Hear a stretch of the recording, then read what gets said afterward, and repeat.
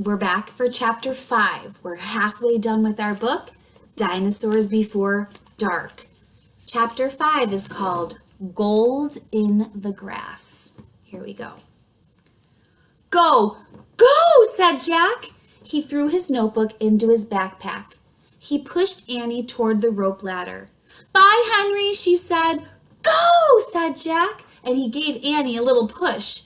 Quit it, she said, but she started up the ladder, and Jack scrambled up the ladder behind her. They tumbled into the treehouse, and they were panting as they looked out the window to see that dinosaur that they had seen up on the mountain from afar. He was standing on the hilltop, eating flowers off of a tree.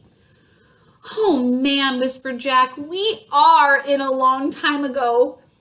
The dinosaur looked like a huge rhinoceros, only he had 3 horns instead of 1, 2 long ones above his eyes and 1 on his nose. He had a big shield-like thing behind his head. Does anyone know what dinosaur they saw? 3 horns and a big shield-like thing behind his head. Jack knew what it was. A triceratops. Does he eat people? Whispered Annie. I don't know, I'll look it up. Jack grabbed the dinosaur book. He flipped through the pages. There, he said, and he pointed to a picture of a triceratops. He read the caption. The Triceratops lived in the late Cretaceous period. This plant-eating dinosaur weighed over 12,000 pounds. Jack slammed the book shut. Shh, just plants, no meat. Let's go see him again, said Annie. Are you nuts, said Jack. Well, don't you want to take notes about him, said Annie. We're probably the first people in the whole wide world to ever see a real live Triceratops. Jack sighed. She was right. All right, let's go, he said. He took the dinosaur book and shoved it into his backpack. He slung it over his shoulder and he started down the ladder. On the way down, Jack stopped. He called up to Annie. Annie, just promise you won't pet him. I promise. Promise you won't kiss him. I promise. Promise you won't talk to him. I promise. Promise you won't. Oh, just go already, she said. So Jack went and Annie followed. When they stepped off the ladder, the pteranodon gave them a kind look. Annie blew him a kiss. Be back soon, Henry, she said cheerfully. Shh, said Jack, and he led the way through the plants and ferns, slowly and carefully. When he reached the bottom of the hill, he kneeled beside a big, fat bush. Annie knelt beside him and started to speak. Shh. Jack put his fingers to his lips. Annie made a face. Jack peeked out at the Triceratops. This dinosaur was incredibly big, bigger than a truck. He was eating the flowers off of a magnolia tree. Jack slipped his notebook out of his backpack and took a note. Eats flowers. Annie nudged him.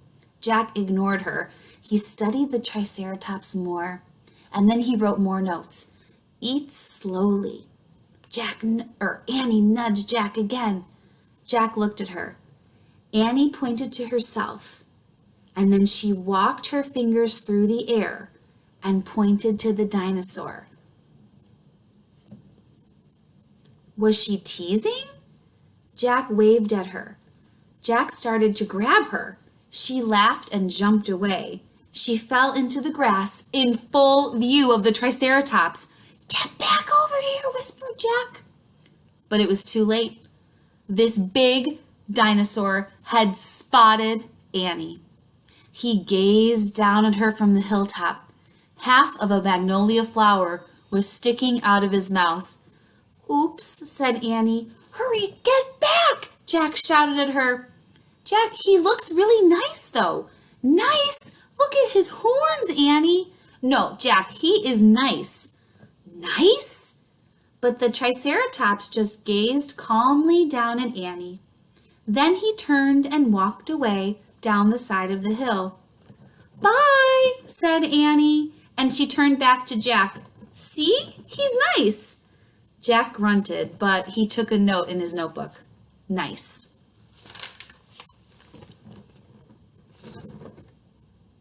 So here's the Triceratops. Is that what you were visualizing in your head? The two horns on his head and one over here, and then this shield behind his head. That was how the author described a Triceratops. And here's Jack, and here's Annie. Oh, it looks like Jack has something in his hand. I'm so curious what that is. I'm going to keep reading and find out.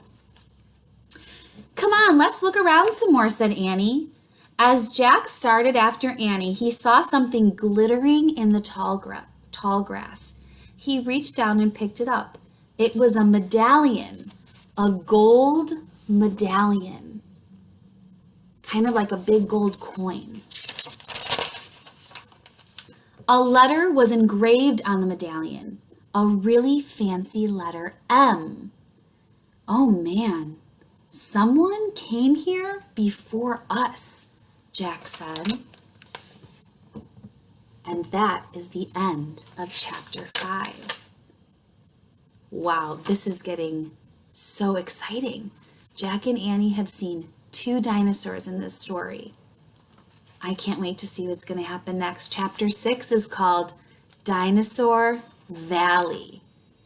Join me next time so that we can hear what happens next in this story, Dinosaurs Before Dark.